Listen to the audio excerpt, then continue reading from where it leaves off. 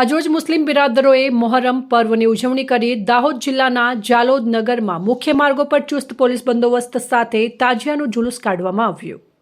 જાલોદ શહેરમાં મુસ્લિમ સમાજ દ્વારા મોહરમ પર્વની ઉજવણી કરવામાં આવે છે, ત્યારે આજે જેમાં મુસ્લિમ સમાજના મોહરમ મહિનાના 9 અને 10મા દિવસે તાજિયાના જુલુસ કાઢવામાં આવે છે।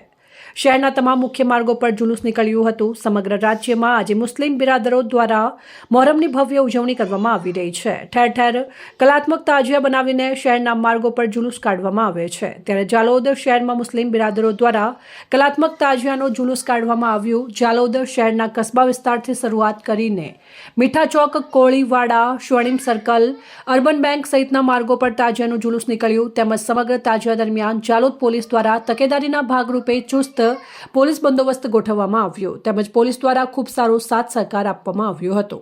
રિપોર્ટર અફઝલ ફકીરા, સંબંધ ભારત ન્યૂઝ, દાહોદ।